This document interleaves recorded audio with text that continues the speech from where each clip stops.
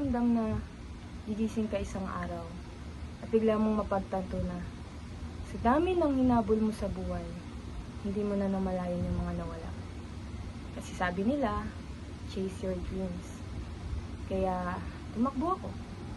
Tumakbo sa napakahabang destinasyon. Hinabol kong pangarap, reputasyon, at yung mata kong naghihintay ng achievements. Hanggang sa hindi ko na napansin. Naging abala na pala ako sa pagbuo ng future. Habang unti-unting nauubos ang present.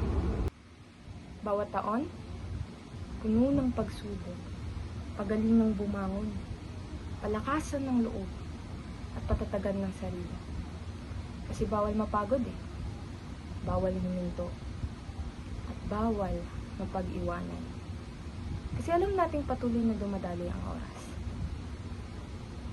Kaya yan, ngumiti ako sa kamera ng mundo. Na parang artistang puno ng parangal. Pero sa likod nun, ako rin pala ang nagiging estranghero sa sarili kong kwento.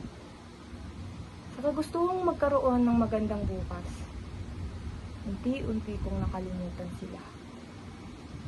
Yung mga unang naniwala.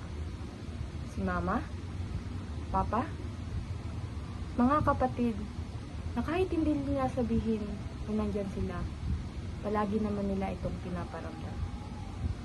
At si kaibigan na nagtatanong kung okay lang ba ako, na tinatanguhan lamang ng aking mukha.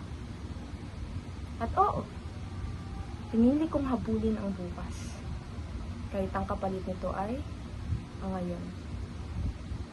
Hanggang sa isang araw, gising ako, hindi dahil sa alarm.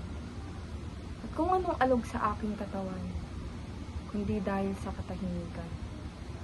Tahimik ang bahay, tahimik ang paligid, tahimik ang mundo. At doon ko lang napagtanto na sa gitna ng katahimikan, tinig ko ang ingay ng aking puso. Nang dahil sa pagsisisi na hindi pala ako yung naiwan. Ako ang naiwan. Hinabol ko ang pangarap. Pero naiwan ko ang dahilan kung bakit ko ito sinimulan. Lahat ng laging nandyan, nawala na. Nawala ng dahil sa akin. Kaya bago ka tumakbo, bago ka magabol, at bago mo sabihin, huli na ang lahat. Hanggang mo to. Ang buhay, hindi takbuhan. Hindi rin isang karera. Isang beses lang natin itong panghahawakan. Kaya sana, habang may oras pa, piliin mong mabuhay. Hindi lang magtagumpay. Kasi sa dulo, mas maaalala mo ang mga taong naging dahilan kung bakit ka lumaban.